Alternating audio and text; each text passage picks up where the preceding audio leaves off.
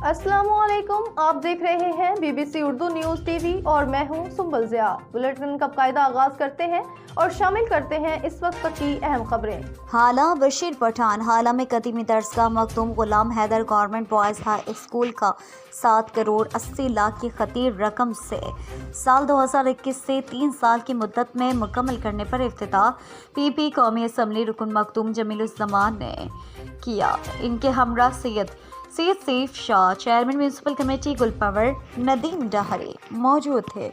इस मौके पर ब्रीफिंग देते हुए executive engineer education works Mashooq Shah ने कहा कि 7 करोड़ 80 लाख रुपए से स्कूल का तामीराती काम मुकम्मल कराया गया है, जिसमें 12 क्लासरूम और ऑफिस मौजूद है। इस मौके पर हेड मास्टर खान साहब सोलंगी का कहना था कि स्कूल को मल्टी मीडिया समेत जदीद तकाज़ों से हम आहंग करने के लिए कोशां है। PP कौमी असम्बली रुकन मखदूम जमीलुज़्ज़मान ने मीडिया से गुफ्तगू कहते हुए कहा कि स्कूल का तामीराती काम मुकम्मल होना ये सिंध हुकूमत का एक बड़ा तोहफा है।